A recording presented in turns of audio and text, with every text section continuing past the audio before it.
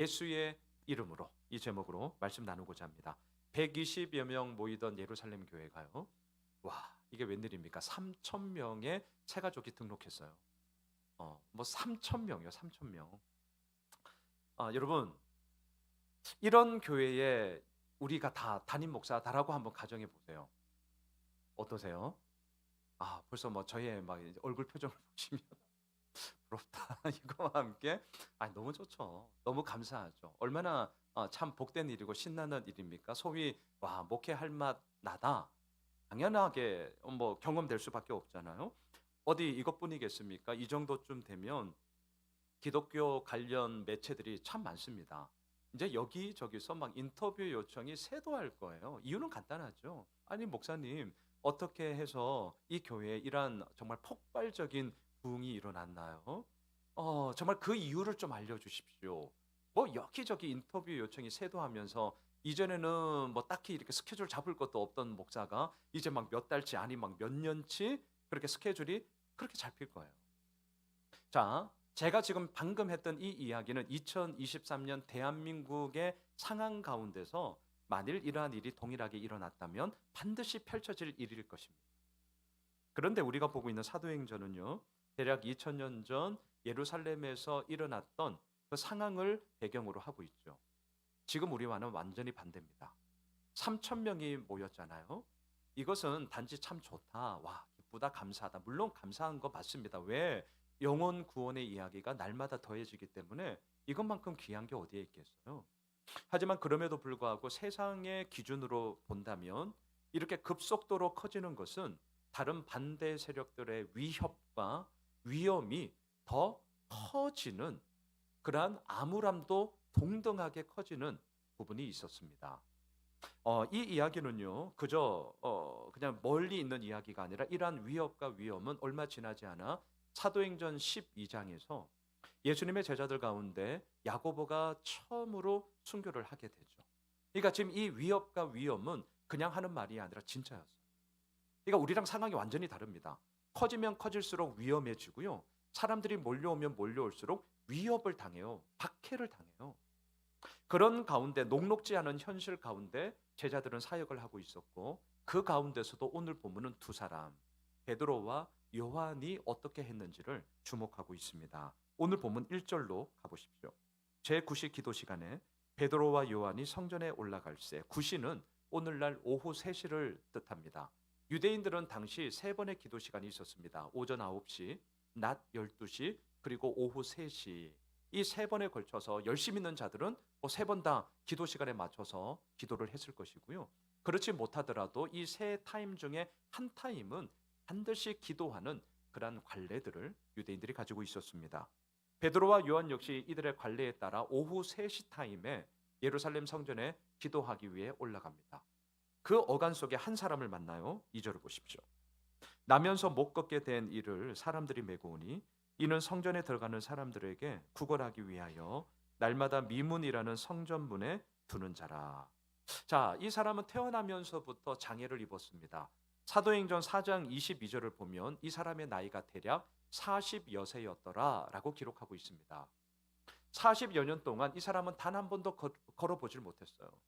그냥 태어나면서 장애를 입었기 때문이죠. 이 사람이 할 수 있었던 유일한 것은 먹고는 살아야 했기 때문에 예루살렘 동편에 있던 미문 앞에서 구걸하는 거였어요. 먹고는 살아야 하니까요.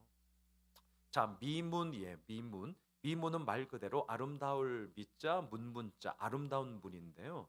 역사가 요세푸스의 기록에 의하면 보세요. 높이가 대략 한 23m. 자, 이러면 좀 높구나 이러잖아요. 대부분 우리가 좀 아파트 사시는데 아파트 높이로 7층 또는 8층 높이에요. 그럼 이제 좀 감이 오실 거예요. 어쩌면 지금 7층에 사시는 분들, 8층에 사시는 분들 계시잖아요. 그 높이에요. 그 높이. 그 높이에서 이렇게 창밖 내려다 보세요. 엄청 높습니다. 그러니까 23m예요. 23m. 게다가 그 미문의 재료는요.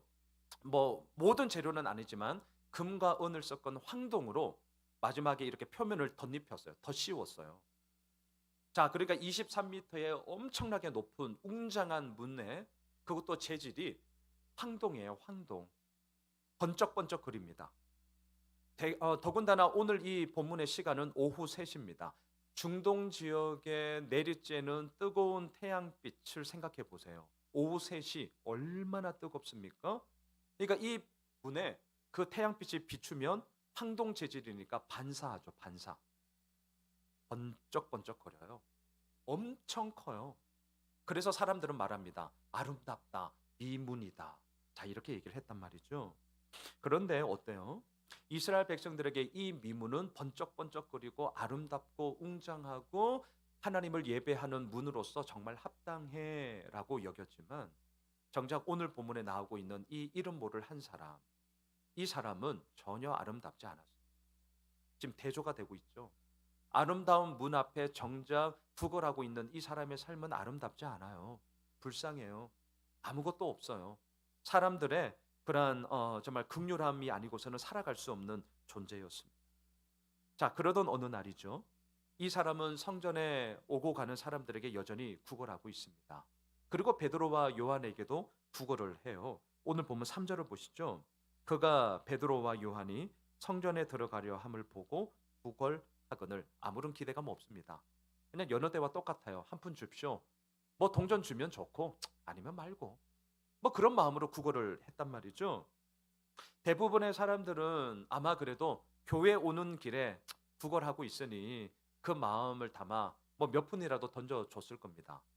근데 이게 웬일이에요? 대부분의 사람들의 반응과는 달리 오늘 본문의 이 베드로와 요한은 사뭇 다른 반응을 하는데요. 자, 6절을 우리 다 함께 읽으시면 좋겠습니다. 이제 오늘 본문의 핵심 포인트인데요. 여러분 6절 같이 읽읍시다. 베드로가 이르되 은과 금은 내게 없거니와 내게 있는 이것을 내게 주노니 나사렛 예수 그리스도의 이름으로 일어나 걸으라 하고. 구걸하던 사람이 원하는 것은 은과 금이죠. 그렇죠? 하지만 사람들이 줄 수 있는 것 또한 은과 금이었어요. 그런데 베드로에게는 그 사람이 원하고 있고 세상이 원하고 있는 은과 금이 없었습니다. 자, 이게 이제 오늘 본문의 핵심이에요. 그리고 오늘 본문이 우리들에게 던지는 도전이 이것입니다. 자, 너희들이 살아가는 이 세상 은과 금을 원하고 있고 은과 금만 가지고 있으면 뭐든지 다 할 수 있는 세상을 살아가고 있는데 너희들 은과 금이 없어. 어떻게 할래? 어떻게 하시겠습니까? 자, 은과 금이 없어요. 돈이 없어요. 어떻게 하시겠어요? 대부분은 이렇게 하지 않을까요? 야, 이런 상황에서 무슨 일을 할 수 있겠어? 낙심하고 포기하기 일쑤입니다. 야, 은과 금이 있어야만 할 수 있는 세상이니까 우리 하나님께 은과 금 달라고 하자. 그래야 뭐든지 할 수 있는 것 아니야? 또 이렇게 반응하는 분들도 계실 겁니다. 하지만 또한 그러한 나의 요구와 나의 반응에 부합하지 않으면 뭐야, 불평불만으로 또 어김없이 낙담 가운데 빠질 때도 있는 것이죠. 자, 오늘 본문에 나오는 베드로와 요한도요. 오늘 이 사도행전 3장에 이르기 전에 우리와 대동소이한 모습을 가졌었습니다. 여러분 자막을 한번 보셔요. 마태복음 14장 16절 17절 우리가 이번 주 큐티했던 그 유명한 말씀이죠. 함께 읽겠습니다. 예수께서 이르시되 갈 것 없다. 너희가 먹을 것을 주라. 제자들이 이르되 여기 우리에게 있는 것은 떡 5개와 물고기 2마리 뿐이니이다. 예수님은 너희가 먹을 것을 줘라고 하지만 먹을 게 없습니다. 먹을 게 있었으면 제자들 그렇게 무시하지 마세요. 대단한 사람입니다. 가지고 있던 것 충분히 나누어 주었을 거예요. 하지만 먹을 게 없어요. 그런데 그러한 제자들에게 먹을 것을 주라고 하니 이게 무슨 얼토당토하는 얘기입니까? 자, 가지고 있는 것이라고는 고작 떡 5개 물고기 2마리 5병이어일 뿐이잖아요.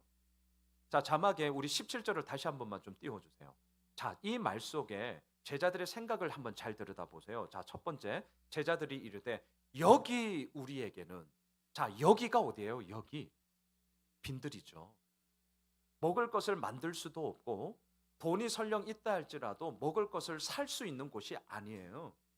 아무것도 없는 곳입니다. 여기 예수님, 우리 지금 여기에 있어요. 광야에 있어요. 빈들에 있어요. 지금 무슨 말 하시는 거예요? 먹을 것을 주라니요? 아니, 있으면 좋죠. 지금 이런 얘기예요. 또 하나를 보세요. 떡 5개와 물고기 2마리 뿐입니다. 자, 한글 성경에 뿐이라는 말이 원어 성경에는 무슨 뜻이냐면 아니다라는 부정어를 쓰고 있어요. 그럼 이런 말이죠. 예수님, 먹을 것을 너희가 줘라고 해서 우리가 진짜 마지못해서 꼴랑 가지고 있는 이 오병이어인데요. 이 두 마리뿐인데요.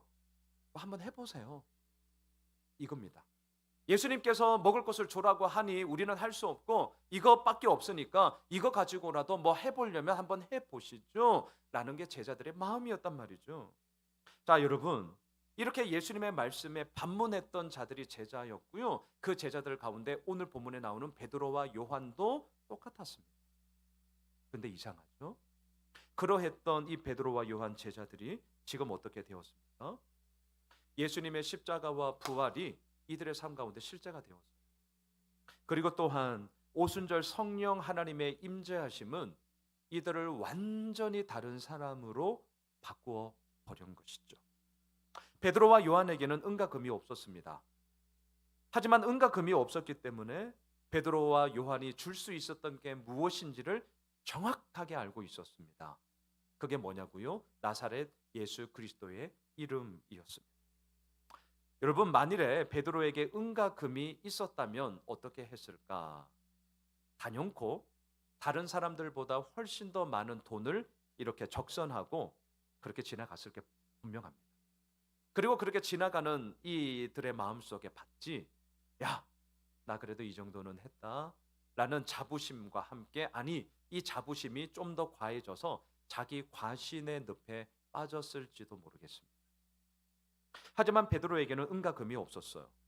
그러니까 어떻게 되냐고요? 모두가 은과 금을 말하는 세상 가운데, 모두가 은과 금을 원하는 사람들 가운데 베드로는 은과 금이 아닌 나사렛 예수 그리스도의 이름으로 생명을 일으키는 하나님의 역사하심을 이루어 낸 것이죠.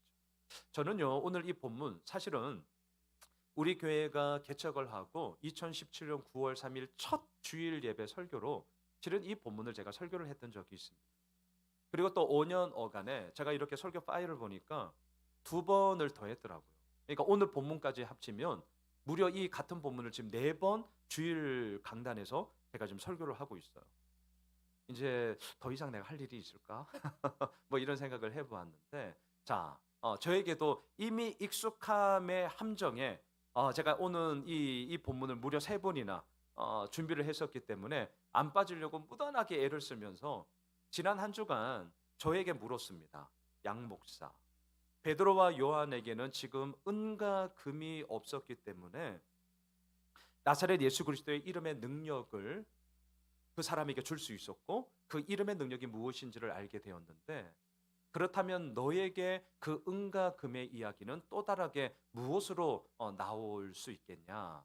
저에게 스스로 그렇게 질문을 했어요. 자, 왜냐하면 저는 한 달에 한 번씩 저희 동기 목사들, 특별히 이제 개척한 목사들과 주 모임을 합니다. 왜냐하면 전국 각지에 흩어져 있기 때문에 부산에도 있고 서울에도 있고 구리에도 있고 저는 이제 수원에도 있고 이렇게 흩어져 있어 한 대여섯 명이 이제 개척한 친구들이에요. 한 달에 한 번. 지난주 목요일이 이제 그 모임이었습니다. 한 번 모임하면 이번 주는 한 2시간 반. 하여튼 뭐 재밌게 그냥 각자 이제 교회 이야기하고 목회 이야기를 쭉 해요. 그 가운데서 이제 모임을 마치고 제가 이제 다음 달에 또 보자 이렇게 이제 약속을 정하고 이제 끝냈어요. 그리고 이제 제가 오늘 이 주일 설교를 이제 계속 묵상을 하거든요. 그러는 가운데 주된 이야기가 뭐였느냐? 이번에는 이제 목회 이야기 가운데 다들 이제 개척을 했기 때문에 저는 이제 6년 차 접어들고 한 친구는 5년 차, 한 친구는 이제 올해 초에 제가 접대 한번 부산 수영로교에 있다가 개척해라, 개척해라, 개척해라. 저의 꼬임에 넘어가가지고 개척한 친구도 있고 또 분당 우리 교회에서 이제 개척한 친구 가운데 한 명이 또 있어요.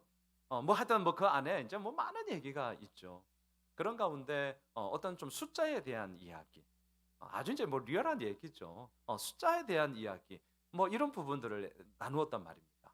그리고 이제 주 모임을 마쳤는데, 아하, 제가 오늘 이 말씀에서 나에게 있어서 베드로는 은과 금이 없다라는 문제가 물론 예수 그리스도의 이름의 능력을 발견하는 거였다면, 오늘 양순홍에게는 이 은과 금을 대체하는 게 뭘까라고 할 때 숫자였어요. 숫자. 그러면서 제가 뭐가 생각이 났냐면, 제가 아내에게 가끔 이렇게 야단 맞는 게 있어요. 이제 그게 뭐냐면, 저희 교회 유튜브 채널이 있잖아요.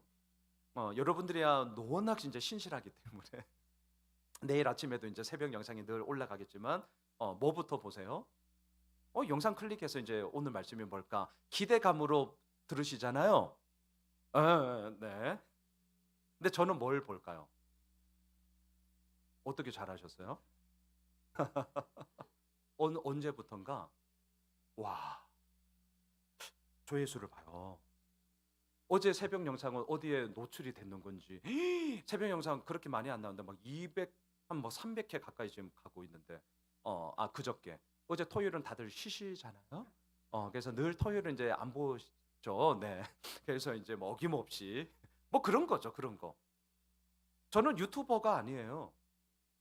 뭐 유튜브로 뭐 돈 벌 생각도 없고 뭐 구독자 제가 보니까 우리 교회는 시청 시간은 이미 충족시켰는데 이제 구독자 1,000명이 안 돼가지고 1,000명이 넘으면 광고 할까요 말까요? 예? 안 할 거예요. 언제부터가 왜 내가 숫자에 이렇게 함몰되어져 있지? 제가 이번 주 설교를 준비를 하고요. 나에게 있어서 응가금 있으면 좋죠. 말할 것 없죠. 하지만 단지 이 부분으로 그냥 넘어가는 것이 아니라 이번 한 주간 언제부터인지는 모르지만 양순홍에게 오늘 이 본문에 얘기를 한다면 숫자가 너의 발목을 잡는 문제구나. 그래서 제가 좀 기도하고 있습니다. 뭐 회개 기도한다고 깔끔히 짜잔 안 되는 거 아시죠? 끊임없이 제가 싸우려고 합니다. 그래서 숫자를 다 지워버려 뭐 이런 생각도 그 이제 저의 무능함 때문에 그렇게 되는 거니까 그렇게 하고 싶진 않았어요. 여러분 베드로에게는 은과 금이 없었다니까요. 여러분들에게는 이 이야기가 무엇으로 대체될 수 있겠습니까? 저는 이렇게 한번 질문해 볼게요. 은과 금 있는 게 축복입니까? 은과 금 없는 게 축복입니까? 말하지 마세요. 두 말하면 숨차죠. 은과 금이 있으면 좋죠. 은과 금이 있는 게 축복이죠. 그런데 이제 제가 이렇게 굳이 물어보는 걸 이제 보면 이제 우리가 실력이 없으면 눈치라도 있어야 되잖아요. 자, 이제 눈치가 있기 때문에 이제 이런 질문을 받으면 좀 거시기 하죠, 사실은. 그러니까 은과 금 있는 게 축복이다라고 대놓고 말은 못하지만 이제 그걸 원하잖아요. 그런데 또 대놓고 말하면 좀 거시기 하니까 이제 이러고 있단 말이죠. 근데 실은 이 질문은 저의 의도적인 함정 질문입니다. 저의 의도적인 함정 질문이에요. 왜냐하면 축복의 기준은 은과 금이 아니기 때문입니다. 축복의 기준은 은과 금이 있느냐 없느냐가 아니라 그 사람에게 예수의 이름이 있느냐 없느냐가 축복의 기준이기 때문이죠. 저는요 우리 교회 뭐 뒤에서도 말씀을 나누겠지만 진짜 특별한 교회 특별한 목사 저 원치 않거든요. 그런데 어떻습니까? 우리가 이런 특별함을 요구하면 요구할수록 결국 어디에서 무너지느냐? 성, 권력, 돈이거든요. 돈, 성, 권력인데 이 가운데서 돈에 대한 이야기 여기에 엄청나게 함몰을 합니다. 이유는 간단해요. 목회자들이, 교회들이 이 부분에 대해서 분명하게 가르치지 않았기 때문에 저의 몫이에요. 목회자인 저의 잘못입니다. 여러분 우리 분명히 합시다. 축복의 기준은 은과 금이 있느냐 없느냐가 아니라 예수를 믿느냐 안 믿느냐입니다. 만일에 예수를 믿고 있음에도 불구하고 교회를 다니고 있음에도 불구하고 축복의 기준을 은과 금으로 딱 설정해 버리시면 우리의 믿음 가운데 기쁨이 없을 거예요. 왠줄 아십니까? 우리의 탐욕은 끝이 없어요. 우리의 욕망은 끝이 없습니다. 어디까지 가져야 그 욕망이 흡족함으로 바뀌어지겠어요? 없습니다. 그럼에도 불구하고 왜 목회자들은, 그럼에도 불구하고 왜 교회들은 축복의 기준이 마치 은과 금에 있는 것이냐, 그리고 예수의 이름은 뚝딱 도깨비 방망이처럼 그 은과 금을 가지게 하는 수단으로 그렇게 변질시켰냐. 지금 놈들 탓하는 것이 아니라 지금 저 자신에게 다시 한번 되뇌이는 말인 것이죠. 여러분 우리 모두 성경이 말하는 기준이 무엇인지를 분명히 합시다. 은과 금 있는 게 축복이냐 은과 금 없는 게 축복이냐 잘못된 질문이에요. 축복의 기준은 예수가 있느냐 없느냐인 것이죠. 만일에 은과 금이 있기 때문에 예수를 믿지 않고 예수님을 의지하지 않는다, 이런 사람에게는 은과 금이 없는 게 축복입니다. 왜? 은과 금이 없음으로 말미암아 내 힘으로 살 수 없구나, 나는 아무것도 아니구나, 그리고 나의 무능함 앞에 하나님의 유능함을 고백하게 되며 천부여 의지 없어서 손들고 옵니다. 그렇게 주님 앞에 엎드릴 수 있기 때문인 것이죠. 반면 은과 금이 있어도 예수님을 온전히 의지하고 온전히 신뢰하는 분, 예수 오메실 교회에 많습니다. 제가 보장합니다. 제가 개런티해요, 우리 성도님. 이런 사람들에게는요, 하나님은 그 사람의 필요에 따라 은과 금을 주십니다. 하나님의 일하심 가운데 은과 금의 이야기가 하나의 수단으로서 쓰여지기 때문인 것이죠. 여러분, 우리 이 기준을 반드시 이원론적으로 흑과 백, 이게 아니라 축복의 기준은 예수를 믿느냐 안 믿느냐, 그리고 그 믿음의 분명함이 있을 때는 얼마든지 그 사람을 통한, 그 사람을 향한 하나님의 계획하심이 은과 금의 이야기로 나타나더라.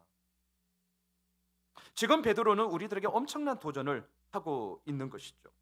베드로는 은과 금이 없었기 때문에 자신에게 있는 것이 무엇인가, 나에게는 예수 그리스도의 이름이 있구나, 이 사실을 알았습니다. 베드로는 은과 금이 없었기 때문에 무엇을 했는가?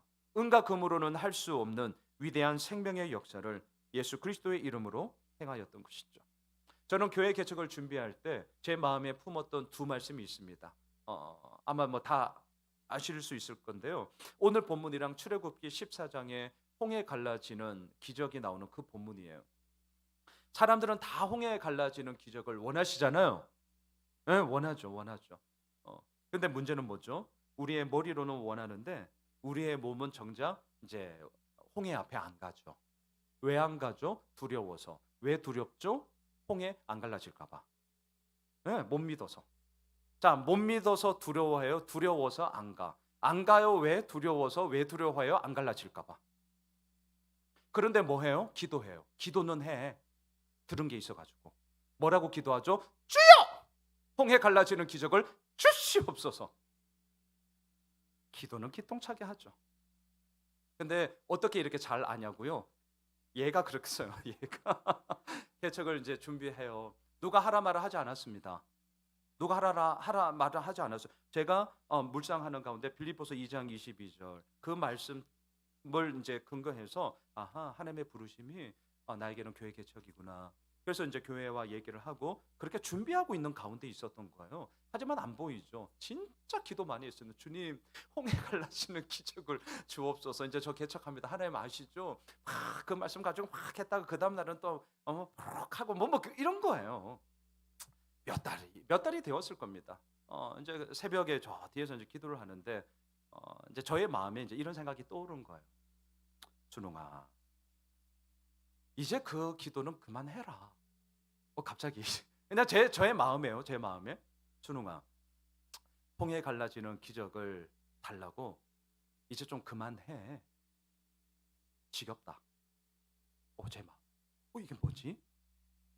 그러면서 그 다음이었어요. 그 다음 저의 마음에 어떤 생각이 들었냐면, 너 정말 홍해 갈라지는 기적을 그렇게 원하면 이제 기도는 그만큼 했으면 됐으니까 이제 그냥 해. 그냥 이제 가. 그러면 돼. 이거였어요. 왜 우리는 그렇게 기도하지만 못 가죠? 가다 보면요, 새길이 나옵니다. 반드시 새길이 나옵니다. 그러면 그 새길을 보고 이 길이구나 하고 우리는 어김없이 새길로 빠져요.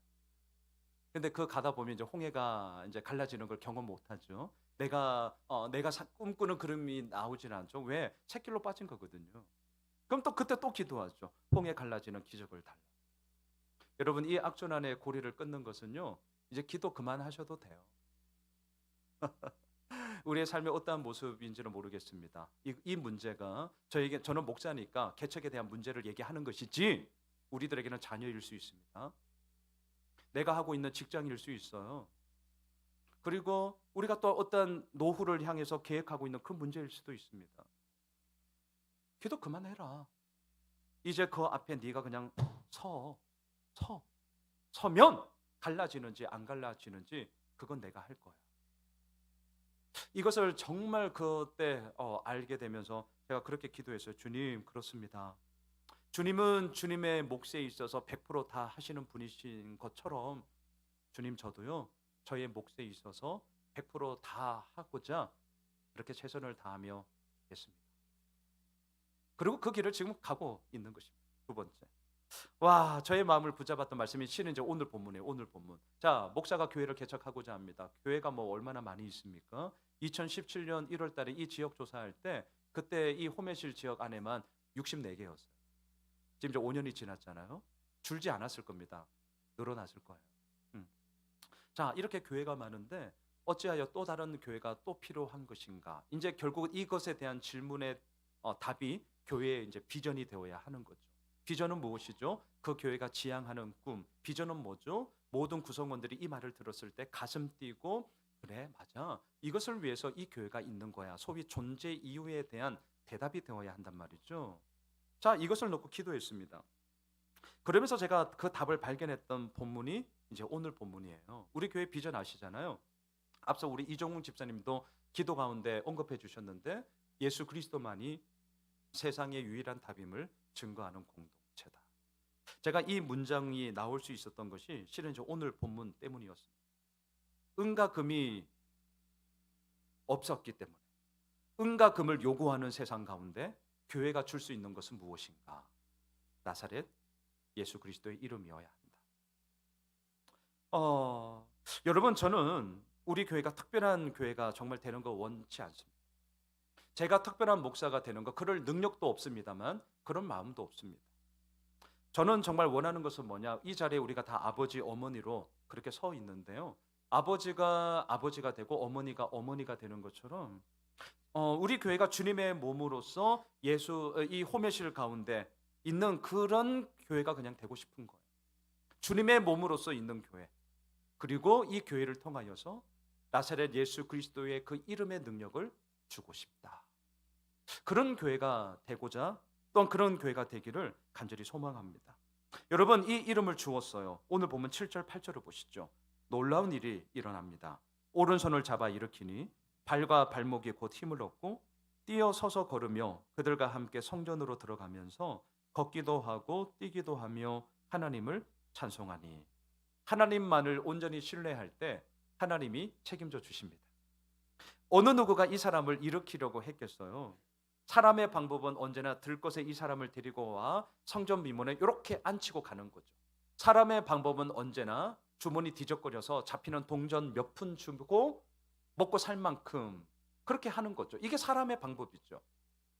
하지만 하나님의 방법은 이렇게 세우는 거였습니다. 베드로는 이 사람의 손을 잡았습니다. 이렇게 세웠습니다. 그러자 놀라운 일이 일어납니다. 발과 발목에 힘을 얻었더라. 원어 성경을 보니까 발은 발꿈치고요. 발목은 복숭아뼈예요. 발꿈치와 복숭아뼈에 힘을 얻음으로 이 사람이 벌떡 일어났습니다. 40여 년의 인생 가운데 처음으로 걷는 거였습니다. 베드로와 요한과 함께 성전에 들어갔습니다. 뛰었습니다. 하나님을 찬양했습니다. 춤췄습니다. 너무나도 놀라운 영광스러움에 마음 다해 주님의 그 역사하심을 기뻐했습니다. 이제 이 40여 년의 인생 가운데 단 한 번도 걷지 못했던 사람에게 성전은 어제까지만 해도 구걸의 장소, 먹고 사는 생존의 장소였죠. 하지만 지금은 어떻습니까? 하나님을 찬양하고 하나님을 신뢰하고 하나님을 예배하는 정말 완전한 성전의 의미로서 그의 인생 가운데 그렇게 적용이 되었던 것이죠. 여러분, 이렇게 미문에서 놀라운 일이 벌어졌는데요. 자, 오늘 마지막이기도 한데 9절과 10절을 보십시오. 제 마음이 좀 걸리는 게 있었어요. 자, 오늘 마지막입니다. 9절과 10절을 함께 읽어봅시다. 모든 백성이 그 걷는 것과 하나님을 찬송함을 보고 그가 본래 성전 미문에 앉아 구걸하던 사람인 줄 알고 그에게 일어난 일로 인하여 심히 놀랍게 여기며 놀라니라. 두 가지의 놀람이 나오잖아요. 심히 놀랍게 여기며, 이 말은 두려움 때문에 소스랄 칠 정도로 놀라는 거예요. 뭐 이런 거. 두려움 때문에 어머 뭐 이런 거예요. 정말 이거 이상이겠죠. 뒤에 나오는 논란이라는 원어를 보니까 엑스타시스, 이 말이 엑스타시, 들어보셨죠? 엑스타시. 요즘 뭐 마약 때문에 뭐 이런저런 뉴스가 나오잖아요. 엑스타시 뭐예요? 일시적인 황홀경. 뭐 이런 거죠. 일시적인 황홀경, 엑스타시. 일시적인 흥분으로 정신이 혼미해지면서 황홀경에 이렇게 빠지는 거예요. 지금 이 놀랍고 놀랐다가 처음에는 두려움으로 왔어요. 처음에 놀라움은 너무나 막 두려움, 이게 어떻게 일어날 수 있어? 막 이런 놀라움과 함께 일시적인 막 흥분 상태에서 황홀경에 빠지는 거예요. 이게 꿈이야 생시야? 지금 복합적으로 주변 사람들에게 이 마음이 지금 이 사건 때문에 들었던 겁니다. 자, 그럴 수 있죠. 그럴 수 있어요. 그런데 제 마음에 걸렸던 것은, 자, 9절을 다시 한번 보세요. 자, 9절을 보세요. 모든 백성이 그 걷는 것과 하나님을 찬송함을 보고 두 가지를 봤잖아요. 걷지 못하던 자가 걷는 것을 보았어요. 놀라울 일이죠. 이건 뭐 당연한 거죠. 근데 그 다음이 제가 걸렸어요. 뭘 봤습니까? 하나님을 찬송하는 것을 봤어요. 자, 걷는 것 and 하나님을 찬송하는 두 개를 딱 봤어요. 자, 놀랍고 놀란이라, 와, 놀랍죠. 그런데 사람들의 반응은 놀라기만 해요. 놀라는 걸로만 끝나요. 우리 같으면 어떻게 하시겠습니까? 와, 같이 기뻐해야 되지 않아요? 같이 막 덩실덩실 춤을 추면서 좋아라 해야 되지 않아요? 너무너무 감사해야 되는 것 아닙니까? 근데 사람들은 놀라기만 해요. 제가 이게 질문이었습니다. 이게 마음에 걸렸어요. 왜 사람들은 놀라기만 하지? 뭐지? 왜 기뻐하지 않지? 왜 감사하지 않지? 왜 이 사람의 일에 대해서 왜 이 사람들은 즐거워하지 않지? 왜 그랬을까요? 답을 10절에서 발견했습니다. 자, 10절을 보세요. 그가 본래 성전 미문에 앉아 구걸하던 사람인 줄 알고. 자, 여기서 딱 걸리는 단어가 없으세요? 본래예요, 본래. 자, 이 단어를 제가 이렇게 바꿀게요. 사람들이 가지고 있던 고정관념, 이 사람들이 가지고 있던 선입견이에요.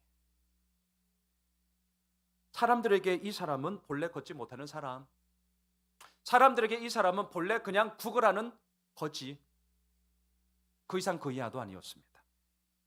정말 무서운 게 있어. 이 사람은 본래 걷지 못하는 사람이야. 주변 사람들이 가지고 있던 선입견 고정관념은 하나님의 역사하심에도 기뻐하지 않고요, 감사해 하지도 않고요, 그저 놀래기만 할 뿐이에요. 여러분, 지금 이거 우리 얘기입니다. 하나님에게 본래라는 말은 없습니다. 저는 본래, 원래, 이런 말 싫어합니다. 이런 거 있잖아요. 나 원래 이런 사람이야. 할 말이 없어요. 본인이 본인에 대해서 원래 그런 사람이라고 하니 그따 대놓고 제가 뭔 얘기를 한들 몰라 이러지. 거기에 대해서 목사 이러겠냐고요. 나 원래 이런 사람이야. 이제 끝내자는 거죠. 우리 교회 원래 이런 교회입니다. 목사가 우리 교회 원래 이런 교회래요. 그럼 그따 대놓고 성도님들이 그 목사에게 뭔 얘기를 하겠냐고요. 여러분, 원래라는 거 없습니다. 본래라는 거 없어요. 우리 아이들, 제 아들 셋 키우죠. 이제 이런저런 밥 이제 같이 저녁에 먹을 때 이제 학교 이야기, 친구들과 싸우기도 하고, 축구하다가 싸우기도, 싸우는 얘기만 하네. 네. 좋은 얘기도 하고, 이런저런 하다가 이런 거 있어요. 아빠, 나 원래 이래. 제가 그런 말 들으면 이제 꼭지가 돌면서, 야, 원래가 어디 있어? 원래가 어디 있어? 원래 없어. 어제까지 걷지 못하던 사람이 오늘 예수님의 이름으로 일으키면 일어나는 거야. 어제까지 예수를 핍박하던 사울이 오늘 다메섹 도상에서 예수 그리스도를 만남으로 그 예수 그리스도를 전하는 사람이 되는 거야. 여러분 어떻습니까? 사람들이 왜 놀라기만 하지 기뻐하지 않죠? 왜 사람들이 와 이러기만 하지 왜 그 안에 뛰어들지 않죠? 원래라는 고정관념, 원래라는 선입견, 이 사람은, 이 인간은 원래 이런 인간이야. 그 선입견과 고정관념의 벽이 엄청 높습니다. 그러다 보니 그것을 뛰어넘지 못하면 하나님의 기적이 일어났음에도 불구하고 놀라기만 할 뿐 그 이야기가 나의 이야기가 안 되니 즐거움이 없는 거죠. 기뻐하지 않는 거죠. 말씀을 정리하겠습니다. 중세 신학자 토마스 아퀴나스는 말했어요.